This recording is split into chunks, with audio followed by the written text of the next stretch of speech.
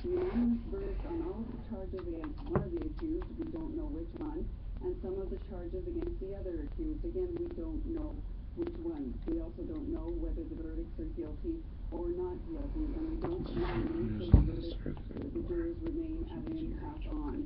They said that they saw no cause to present this, but the judge asked them to try once again anyway, to keep an open mind, to try a new approach, to see if they could find a way to come to a unanimous verdict on the remaining charges. If they cannot, after further discussing the verdict, then the judge may choose to declare a hung jury, a mistrial on those charges alone. On the ones on which they have found unanimous verdicts, those verdicts will go ahead. Laura Lynch, CBC News, Toronto. The number killed in yesterday's attack in Tunis has risen to 23, including the two gunmen. The National Museum was stormed by the pair, one of the worst militant attacks Tunisia has seen in over a decade. Tunisia's Prime Minister says one of the gunmen was known to authorities.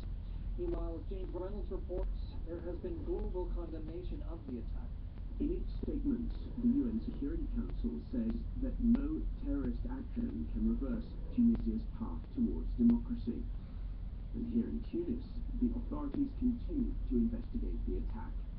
The Prime Minister, Habib Esseb, says that he believes the two gunmen who carried out the shootings may have been helped by 2 or 3 more accomplices who yet to be caught. So far, no group has claimed responsibility for the shootings, but Twitter accounts linked to the so-called Islamic State have celebrated the attack. That's the BBC's James Reynolds in Tunis. The internet giant Yahoo is closing its China office. It's part of a worldwide consolidation aimed at cutting costs. The move isn't a huge surprise. 2 years ago, Yahoo stopped offering services to its email users in China, and before that, it sold off other parts of its Chinese operation to Alibaba, China's largest e-commerce company. Back here at home, the fate of thousands of frozen embryos are in limbo if Quebec changes its in vitro fertilization program. McGill University Health's reproductive center houses more than 15,000 embryos from about 3,000 patients. Mia Hendry has more. As the Quebec government's proposed legislation stands now, there will be limits on the IVF program. Women over the age of 42 would be banned even if they paid for it themselves. Instead of public funding, a couple would pay for the $10,000 procedure up front, and they'd receive tax credits based on their income. If they already have a child, they would not be eligible.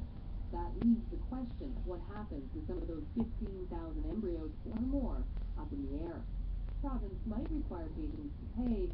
Beyond that, Health Minister Gaetan Bardac wouldn't answer directly. As we speak today, nothing will change. It will be maintained. The conservation of the embryos will be maintained. The province is still taking feedback on its planned legislation. It's expected to be passed later this spring. Leah Hendry, CBC News, Montreal.